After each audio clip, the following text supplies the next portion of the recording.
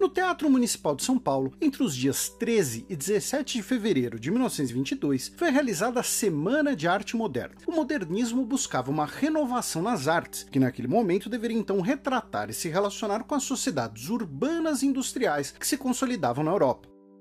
No Brasil, a renovação artística começa a ser discutida na década de 1910. A Semana de Arte Moderna incluiu a exposição de mais de 100 obras, dentre pinturas e esculturas, 3 sessões literárias e musicais noturnas, com a leitura de poemas, manifestos e apresentações musicais, além de palestras. Alguns dos artistas participantes foram, na pintura, Anita Malfatti, Di Cavalcanti, Zina Aita e Antônio Paim Vieira. Na escultura, Vitor Brecheret, Wilhelm Harber e Hildegardo Veloso. Na arquitetura, o espanhol Antônio Garcia Moyá e o polonês Georg Pryzrenbaum. Na literatura e poesia, além do citado Graça Aranha, nomes como Mário de Andrade, Menotti Del Picchia, Oswald de Andrade, Guilherme de Almeida, Ronald de Carvalho e Manuel Bandeira. Na música, participaram nomes como a pianista Guiomar Novaes, o compositor Hernani Braga e o maestro Heitor Villa-Lobos. Um brinde. Um brinde, saúde a todos. Esse é o Coletivo Garimpemos, esse é o primeiro episódio do nosso podcast.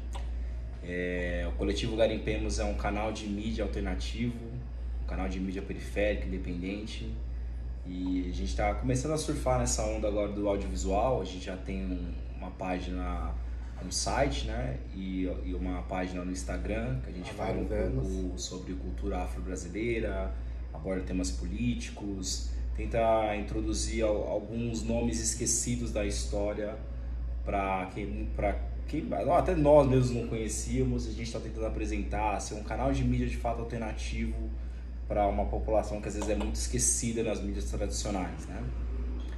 Então, essa semana a gente resolveu gravar sobre esse assunto, que é a comemoração do centenário da Semana de Arte Moderna, né? Semana de 22, tão importante. Acho que todo mundo já estudou sobre essa Semana de Arte na escola, na faculdade, mas nem tudo são flores, né? Realmente.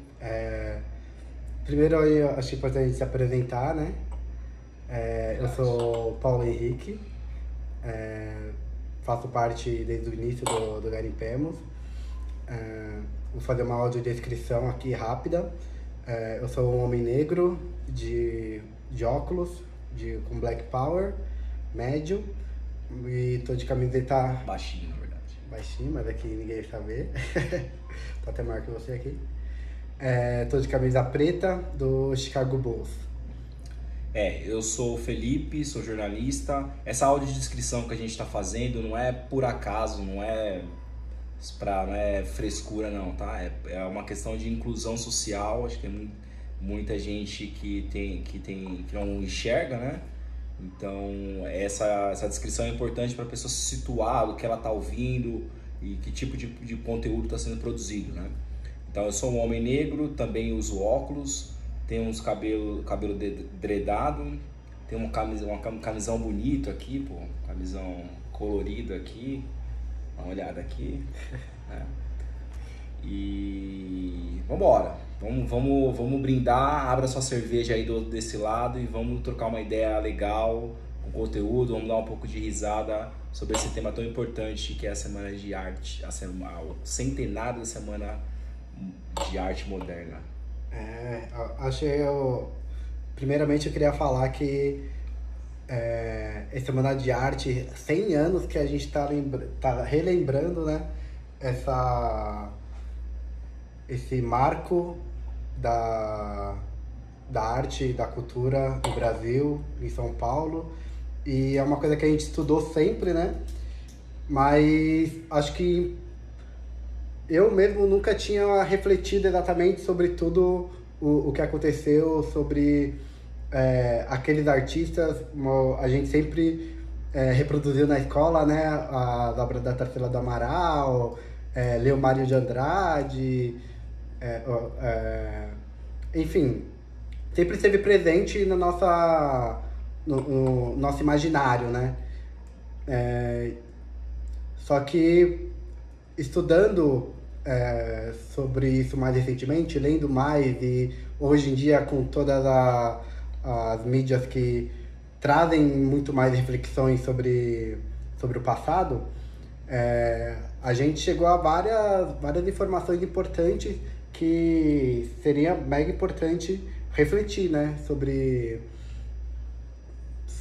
como a arte era vista naquele momento, como a arte é vista hoje e quem realmente representa o moderno no Brasil, né? E porque assim, é importante a gente lembrar que a Semana de Arte de 22, ela aconteceu basicamente no Teatro Municipal. E quem eram esses artistas que produziram nesse período, né? A gente está falando de um período pós-escravidão no Brasil, né?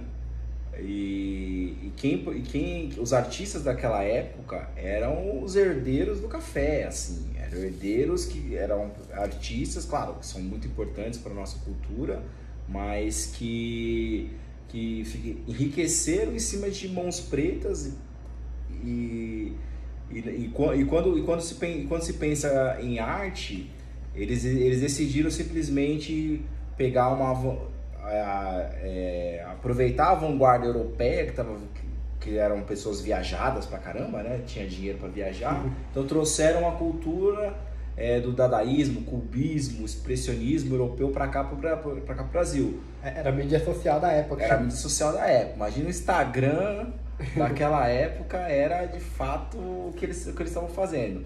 Então, só que eles pegaram essa expressão europeia e falaram assim, não, vamos produzir alguma coisa nacional. Quem era o povo brasileiro já nessa época, né? A maioria do povo brasileiro nessa época eram os pretos e índios. Só que onde estavam os pretos e índios nessa época? Estavam na lavoura, estavam trabalhando, não existia mais escravidão, mas estava pegando enxada. E a única coisa que eles fizeram, única coisa abre aspas, né?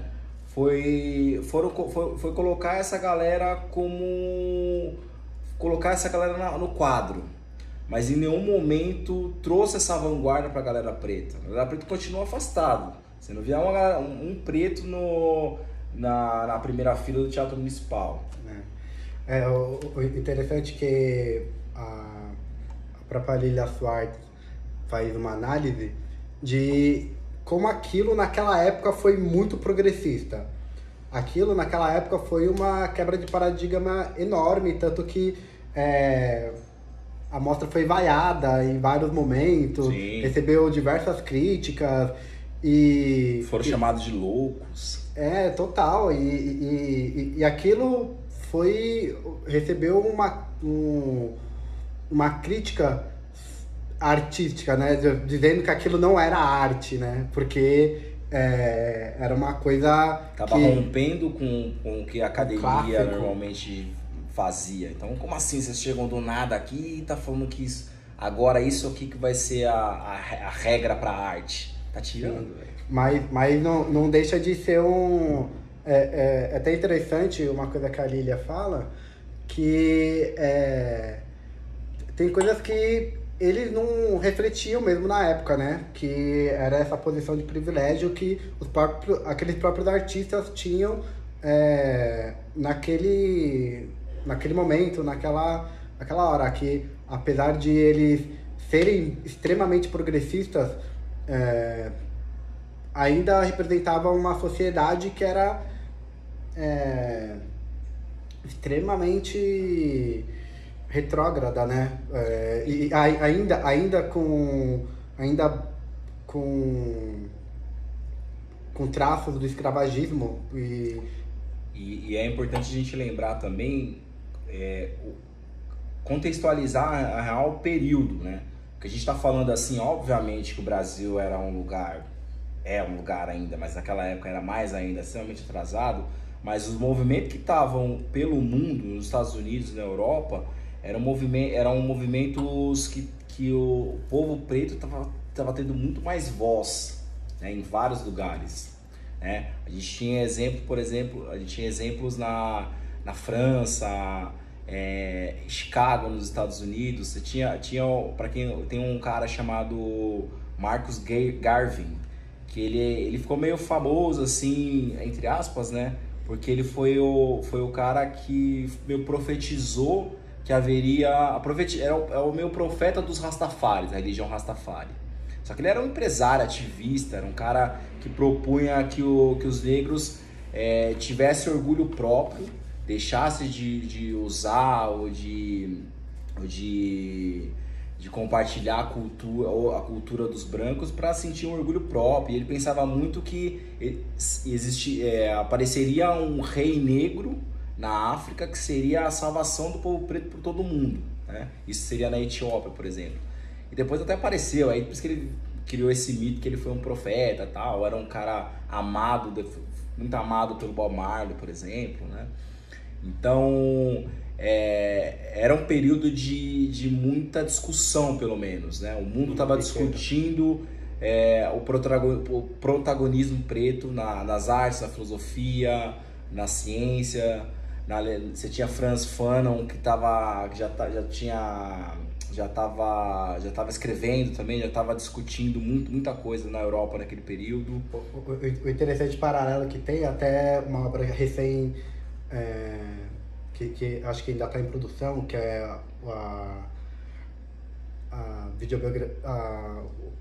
o filme biográfico do Pixinguinha, né?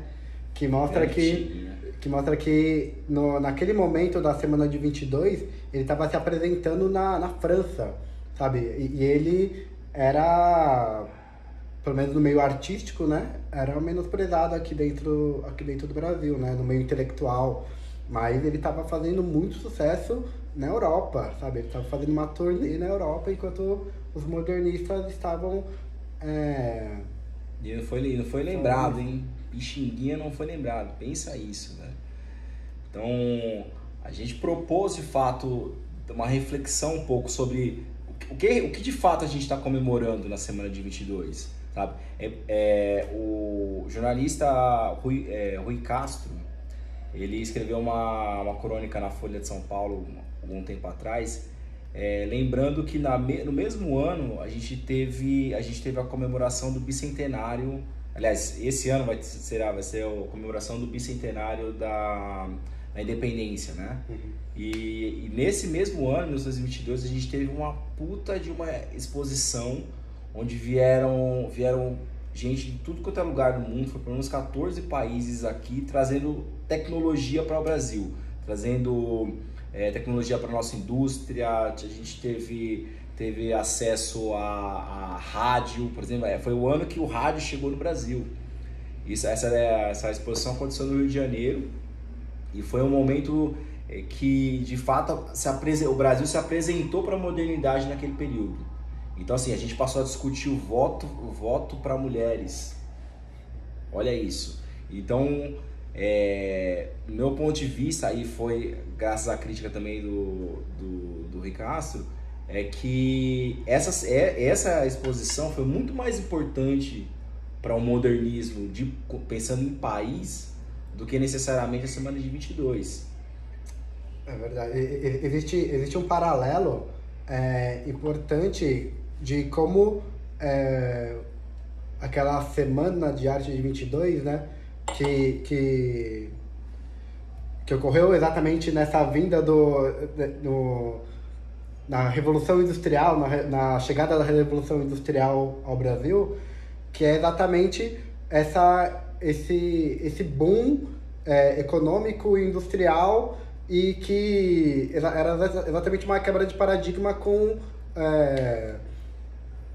meios de produção que estavam sendo colocados como antigos, né? Então, a mídia que se fez em cima da semana de 22 foi exatamente propondo isso, que a gente está construindo um país novo, tudo novo, e a gente estavam trazendo os imigrantes europeus, né?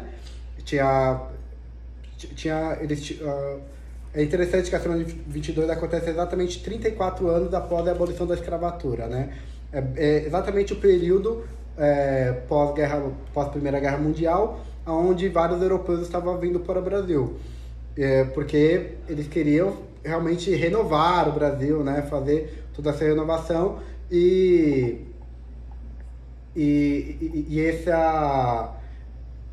existe esse paralelo, sabe, de vamos modernizar, vamos levar o Brasil para o futuro, meio que pensando essas duas vias paralelas, né? Então por isso que a Semana de 22 às vezes é muito mais lembrada do que realmente o impacto que ela teve na arte no momento, porque a arte já era moderna no Brasil há muito tempo, sabe? Existem várias... Existe o samba, sabe? Existem várias... No Rio de Janeiro, né? O samba era muito forte no Rio e trazendo personagens pretos para o centro do debate, né? Isso é uma coisa importante de se falar também. Mas a gente pega Lima Barreto, sabe? No Nordeste, no Rio de Janeiro, já existia muita coisa sendo feita que era uma disruptura com o clássico, sabe? E a Semana de 22, obviamente, que vem como realmente algo para marcar, sabe? Mas é algo que, se não tivesse, a nossa cultura não mudou a partir dali. Já era uma coisa nova, já era uma coisa que estava florescendo de forma grandiosa, sabe? E é isso. Acaba sendo um marco que foi popularizado muito depois, sabe? Pela própria mídia, exatamente por essa ânsia de modernismo em todas as áreas. Meio forçado às vezes também, né? Sim. A gente precisava, naquele momento, a gente precisava de um modernismo industrial, né? A gente estava com uma população pós-escravidão, onde muita gente estava começando a ir para a cidade e sem lugares para trabalhar. Então a exposição que teve no Rio de Janeiro, por exemplo, ela foi uma exposição que rolou em outras cidades do mundo, e essas cidades viraram polo culturais, assim, teve em Paris, aconteceu em Londres, em Chicago. Então foi um lugar onde, por exemplo, apresentou-se a Torre Eiffel na França. Então teve alguns marcos importantes que, a hora que você pensou assim, isso vai chegar aqui no Rio de Janeiro, vai chegar no Brasil, caralho, é o nosso momento. E aí a gente dá muito mais valor para uma semana de arte, onde era uma arte que não necessariamente colocava o povo brasileiro como personagem principal. Ele era exposto como uma coisa elitista ali, né? Então quem era a personagem que a Tarsila do Amaral pintou ali, sabe? Beleza, você tem uma mulher preta num quadro bonitão ali, um quadro lindo, só quem é essa mulher preta? Essa mulher preta ela era uma servente de uma das fazendas dela. Ela desenha ela com puta de um bocão, esse bocão de uma forma estereotipada, né? Um peito gigante também, que é para demonstrar que ela é a ama de leite da fazenda. E onde está essa mulher preta? Essa mulher preta esteve na primeira fila, a hora que ela foi expor esse quadro. Então, esse tipo de debate que a gente está tentando propor aqui, que obviamente que a Semana de Arte é extremamente importante, mas tem muita coisa que rolou nesse ano também, que é pouco falado e talvez tenha sido mais importante para o desenvolvimento do país do que necessariamente a Semana de Arte. E principalmente para agora, né? 100 anos depois, a gente refletir para o Novo Horizonte. Beleza, 100 anos depois, quem são os novos artistas? Onde é que estão essa galera? Quem realmente a gente está valorizando os nossos novos artistas? A semana teve uma importância muito grande no contexto em que ela se apresentou. A gente precisa lembrar, primeiro, que em 1922 se celebraria o centenário da independência. E os brasileiros estavam se preparando para fazer uma patriotada, ou seja, comemorar sem nenhuma crítica. Então a semana era uma espécie de reação a essa história muito oficial, muito vitoriosa, essa lenda pacífica da independência. A Semana de Arte Moderna vinha com uma utopia, né? Uma utopia de um Brasil que poderia incluir outras pessoas, que poderia ser mais moderno. Não há dúvida de que a Semana de Arte Moderna tentou incluir os seus outros, mas eram seus outros. Era basicamente uma elite intelectual branca, majoritariamente masculina, com algumas representantes femininas, mas muito poucos, mas uma elite intelectual branca que refletia sobre os outros, não incluía os outros. Tanto é que Lima Barreto, um artista profundamente modernista, que foi convidado para fazer a resenha para a revista Careta, da revista Claxon dos modernistas, ficou fora da régua e compasso do modernismo. Então, gente, todo momento como esse é um momento de celebração, mas é também um momento de crítica. E vamos pensar com olhos mais ligados ao que acontece no nosso momento e com olhos mais ligados no Brasil, que precisa ser mais plural, do que foram os grandes ganhos da Semana de Arte Moderna. É só assim que a gente cresce, é só assim que a gente revê o passado e projeta o futuro. A Semana de Arte Moderna é também olhar para o nosso tempo e propor rupturas. Quando o Di Cavalcanti, que por acaso, um carioca, teve a ideia de fazer uma semana de arte moderna para juntar juntar os amigos dele, que faziam poesia, faziam pintura diferente, mostrar para as pessoas como é que era, ele foi procurar o Paulo Prado, muito influente, na verdade, dominava a cultura e dominava a elite de São Paulo. O Paulo Prado concordou imediatamente em ajudar, a produzir, a financiar, etc. Tal, mas disse, não, mas tem que ser em São Paulo. Né? Por quê? Porque o Rio não precisa. Né? Esses grandes acontecimentos da arte, que dentro da... artistas tendem a ser seres do caos, assim, né? Seres que rompem com algo tradicional. E aconteceu isso com aquela geração de 22, mas que depois acabou convergindo para um estilo, né? Convergindo, é chique, né? Isso daí, rapaz. Essa palavra nem existe. Como diria a Julinho da Van. Mas eu peguei uma notícia de 1972 de uma historiadora de arte, Regina Teixeira de Barros, que é da Universidade Federal do Rio Grande do Sul, em que ela fala que em 1922 a repercussão daquela semana de arte foi quase nula. Assim, foi muito... pontual. No meios artísticos mesmo e de quem esteve lá. Porque não falava com muita gente. Quantas pessoas cabem no Teatro Municipal? Quem de vocês que está vendo, ouvindo, já foi no Teatro Municipal? Aquilo é uma ilha no centro. E não teve gravação de áudio, vídeo, não teve nada. Aí ela fala, né, que só passou a ter a importância que tem hoje quando o governo de São Paulo financiou uma grande retrospectiva sobre aquilo. Né? E isso anos depois. Então, aí que enxergou-se a grandiosidade que foi aquele momento, acredito eu que muito mais pelos personagens, né, que estavam ali, porque realmente eram personagens importantíssimos na cultura e na intelectualidade brasileira naquele momento, né? Apesar de, por exemplo, não ter Lima Barreto ali, que era um amigo de todos eles e um escritor mega importante do Brasil naquele momento, né? Um escritor preto, muito politizado, mas que não foi incluído nos documentos. E também, assim, acho que fazer esse tipo de revisão, ele não vai deixar... Não é que a gente vai deixar de comemorar o que foi a Semana de Arte de 22, né?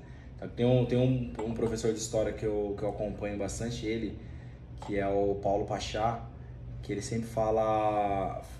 Enfim, sobre aquele episódio, não sei se todo mundo lembra, mas quando a estátua do Edward Colton foi derrubada lá na Inglaterra, naqueles períodos de manifestações que teve depois da morte do George Floyd, que foi criticado, elogiado de um lado, criticado do outro. Ele falou uma coisa que eu achei bem interessante, que ele falava que a história ela é sempre cíclica, a história ela tá sempre criando novos atores, né? Então, assim, você pensar, Edward Colton, ele foi um escravagista, ganhou dinheiro pra caramba com o comércio de escravos, e ele foi um cara que criou universidades, fez escolas, doou muita grana também. Foi um filantropo, doou muita grana, né? E aí você pensa assim, a estátua dele foi feita, acho que mais ou menos 100 anos depois que ele morreu, né? E naquele período, você pensa assim, até dá para entender, fazer uma estátua dele nesse período, porque apesar de tudo que ele fez, né, que a gente hoje reconhece como errado, mas naquele período ele era um cara fodão, assim, ele fez faculdade, universidade, tem universidades com o nome dele lá, né? Só que assim, da mesma forma que você tem uma linha do tempo de quando ele morre, quando ele é reconhecido como um filantropo, e até chegar em 2021, aconteceram muitas coisas. Então dá pra você entender por que ele morre ali naquele período, cria uma estátua 100 anos depois, e em 2020 essa estátua já não faz o menor sentido, já não representa mais ninguém e ela é derrubada. É derrubada pelo próprio povo. Exatamente. Acho que isso é de uma importância, de um simbolismo enorme, assim, de que... São os borba-gatos. São os borba-gatos por aí, os bandeirantes e tudo mais. E acho que... Fala aí. Não, eu ia refletir exatamente sobre essa correlação com o que a gente tem em São Paulo, né? A nossa... Eu acho que é onde fica o prefeito, né? É o Palácio dos Bandeirantes, né? A instituição política mais importante da cidade de São Paulo é o Palácio dos Bandeirantes, né? E quem foram os bandeirantes, né? Eram simplesmente as pessoas que eram pagas pela coroa portuguesa para expulsar os indígenas das terras, né?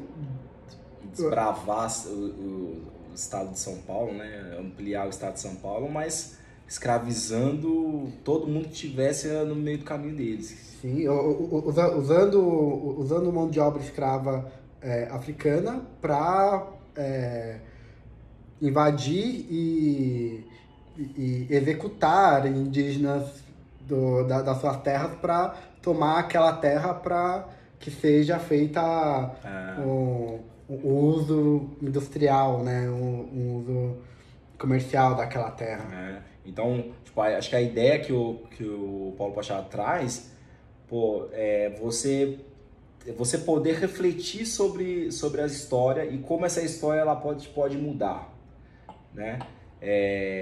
Então, a Semana de Arte de 22, ela tem um marco impressionante, obviamente, né? E a gente vai continuar desenhando o Ibapuru. Quem não acha lindo? Só o cartaz que o Portinari fez, a coisa mais linda do mundo, óbvio. Você deve estar na faculdade de design do mundo inteiro, entendeu?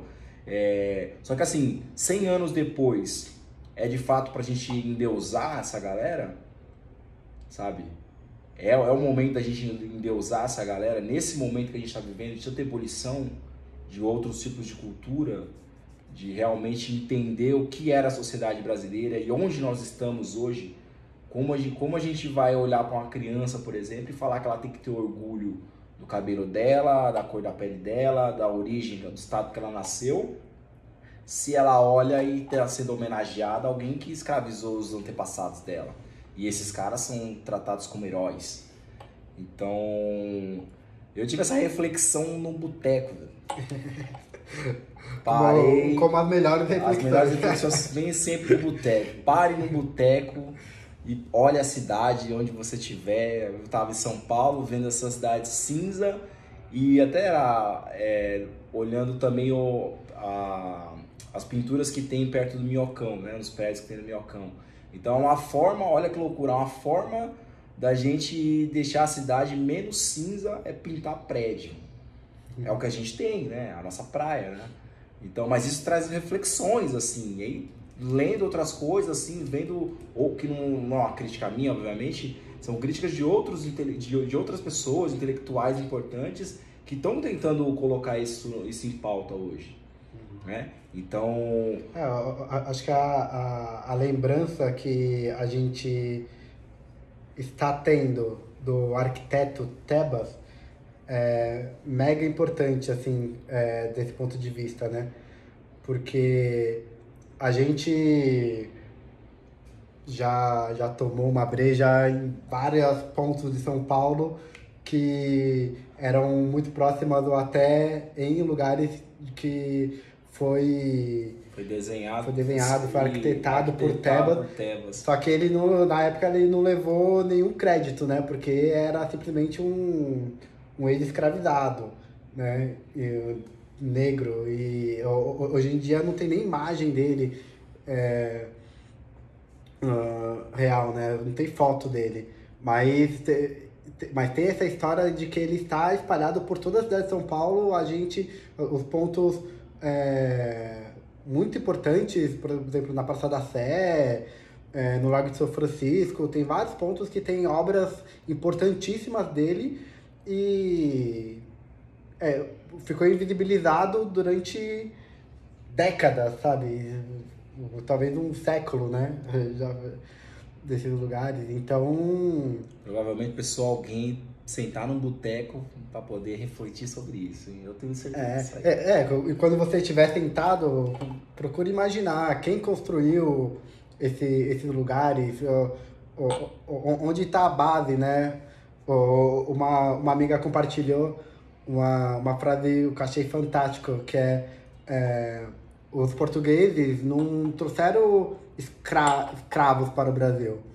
Trouxeram arquitetos, trouxeram poetas, trouxeram existia muita cultura, engenheiros, sabe? Muita coisa que foi desenvolvida no Brasil foi através dessa cultura roubada da África, sabe? Então, muita construção que está exposta ali na Semana de Arte Moderna foi basicamente baseado na cultura, realmente na cultura indígena e na cultura africana. Mas se fosse nos tempos de hoje, ia ser nomeado como uma apropriação cultural, né?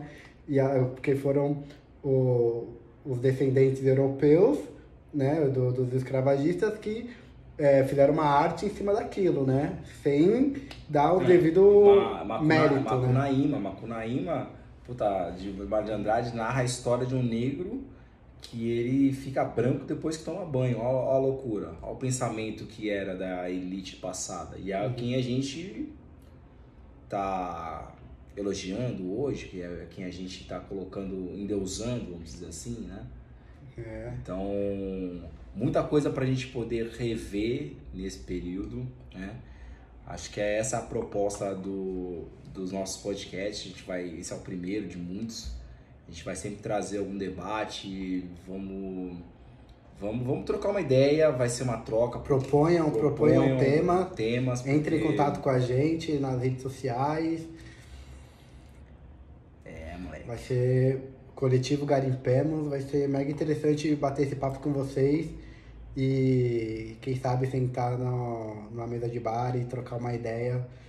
E aí, importante também, você, jogador de várzea, esse aqui também vai ser um espaço pra gente falar desse futebol de várzea que é tão amado. Futebol em geral já é amado por todo brasileiro, né? Mas a várzea, ela tem uma magia. A várzea, ela tem... O nome várzea, ela já é um pouco subjugada, né? Vamos dizer assim. Porque você fala de várzea, a pessoa já fala assim, não, é uma coisa ruim e tudo mais. Mas tem muito craque na várzea aí que é melhor que muito profissional aí, viu? Você que o diga, né? Eu também aí sou um jogador de várzea aí, aposentado, às vezes volto a jogar também. Então aqui a gente vai falar também sobre alguns campeonatos importantes que rolam na várzea da cidade. A gente vai trazer alguns resultados, artilheiros. Você vai estar presente aqui também com a gente, porque temos que falar do futebol de várzea. E a gente sabe que ao redor do Brasil aí, talvez centenas de milhares, talvez milhões de pessoas acompanham diariamente a várzea, fazem parte, só que é totalmente visibilizado nas mídias, né? Não tem mídia para eles, então a gente como representantes da periferia precisamos trazer isso.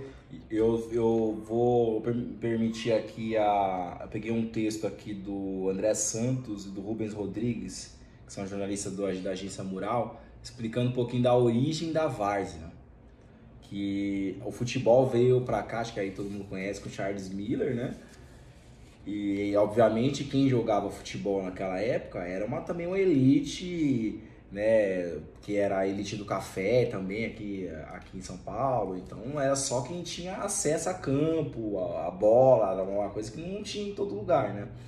Então, só que depois, a hora que o futebol começou a se popularizar, né, na década de 30 se profissionalizou, então virou uma paixão nacional, né? Virou uma paixão para todos os lugares.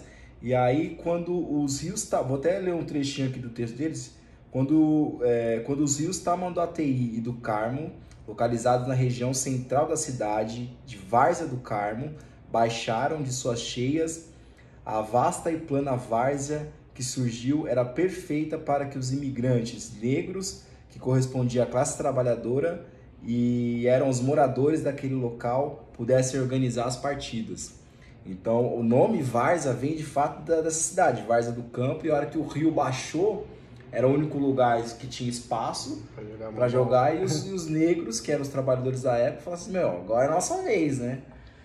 Virou Corinthians, né? Maravilhosa, muito boa história. Então a gente vai procurar sempre, toda semana, aí, sempre que a gente gravar um programa, trazer os resultados, falar um pouquinho de alguma história legal sobre o futebol de várzea aqui. Você que mora na Zona Sul, Zona Norte, Zona Leste, todo lugar de São Paulo tem um time forte. Nós somos da Zona Oeste Norte, né? Nunca sei dizer exatamente. Crias do Vila Nova Paquetá, pessoal do CAV.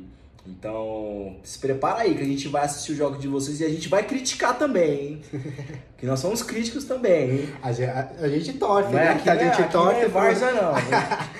A gente torce, a gente tenta... A gente torce também aqui.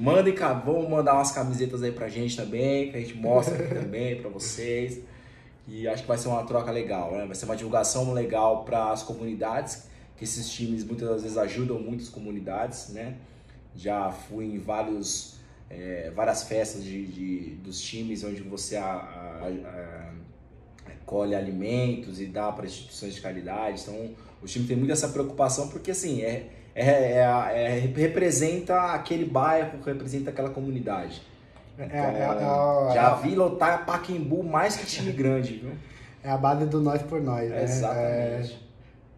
Sempre foi assim e sempre será. Então, brinde aí com seus amigos e acompanhe a gente nos próximos capítulos desse. A gente tem a nossa página no Instagram, dá uma olhada lá, Coletivo Garimpemos, tem o nosso site também, toda semana a gente publica alguma matéria e acho que é o início de uma caminhada que eu tenho certeza que se mexer com uma pessoa, se fizer uma pessoa abrir um pouco a mente ou passar a ter uma visão diferente do mundo, já vai ser uma coisa maravilhosa, assim, sabe? Não tem intenção nenhuma de ficar milionário, mentira. Mas acho que a ideia, porque a gente veio de um lugar onde certas coisas não chegavam pra gente, onde certas informações nunca chegou pra gente. A gente precisou sair da favela, começar a acessar faculdade, acessar outros campos, para que a gente passasse a entender que o mundo é gigantesco e sair daquela bolha que parecia que a gente não tinha para onde fugir. Nosso destino parecia que estava traçado. A hora que a gente sai dessa bolha, fala, tem muita coisa legal aí. Você começa a pegar influências de gente de tudo quanto é lugar do Brasil, do mundo, Então fala, caralho, o problema era só essa informação chegar. Sim. Então a ideia do canal aqui do nosso coletivo é exatamente isso, fazer essa ideia chegar, propor críticas e mostrar que existe muita coisa que de repente a mídia, a grande mídia, na verdade, né, acaba não mostrando, né? Então esse é um canal que acho que vai tentar fazer isso aí, humildemente. É isso aí. Acompanha a gente e até a próxima. Foi um prazer estar com vocês aqui hoje. Conversem com a gente, mandem mensagens com críticas não muito severas, por favor. Estamos começando. E é isso. Até o próximo episódio. Falou.